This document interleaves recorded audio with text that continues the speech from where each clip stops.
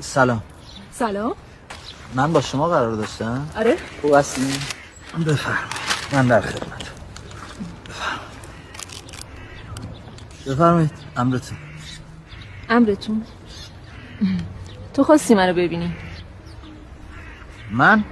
آره جنابانی. ببخشید من با شما همین الان تلفنی صحبت نکردم؟ نه خیر. خب پس فکر میکنم اشتباه گرفتی.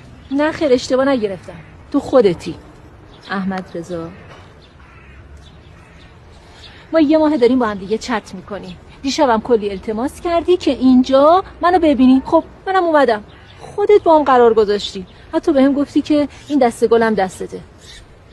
حالا اگر نمیخوای اوکی من میرم.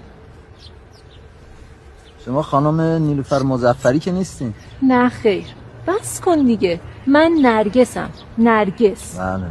من فکر میکنم شما با اون آقا کار داشته باشین گلم دستشونه. ای وای نه.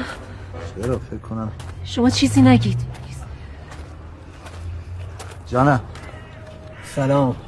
ببخشید شما یه خانم جوان که شال آجوری سرش باشه اینجاها ندیدین؟ نه خیر ما همچین کسی رو اینجا ندیدیم.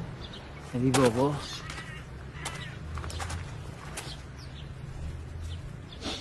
بیچاره. خب شما قبل از اینکه قرار مدار بذارین چرا عکساتون رو برام ایمیل نکردین یا مثلا با وبکم؟ آدم هرچی مبهم‌تر جذاب‌تر. تو دوستی‌های اینترنتی میشه کلی خالی بس. مثلا همین آقا رو دیدید؟ این به من گفته بود که 33 سالشه. در صورتی که دیدید که جای بابای من بود. چه سال؟ حالا کی شما رو اینجا سر کار گذاشته ها؟ احسان شهرزادی شما هستی؟